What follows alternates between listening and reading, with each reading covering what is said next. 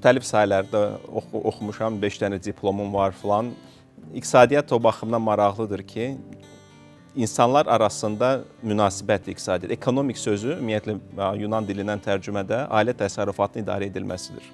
Niyə görə deyirlər, Fərhad, sən iqtisadçı olaraq ailə və münasibətləri şərh edirsən?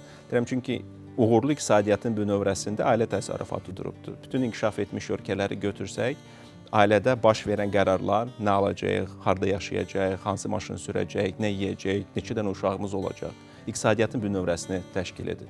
Əgər sən ailə institutunu dağıdacaqsansa, onda sən iqtisadiyyatı da dağıdırsan. Ona görə mənə iqtisadçı olaraq bu çox vacibdir.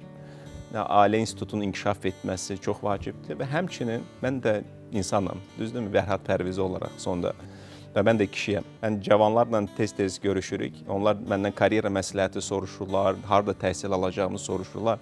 Mən deyirəm, uşaqlar, unudun təhsili, unudun karyeranı. Sizin həyatınızda yeganə bir vacib qərar var, o da sizin həyat yoldaşı seçimidir. Əgər düzgün həyat yoldaşı seçsəniz, sizin bütün uğurlarınız 10 qat olacaqdır.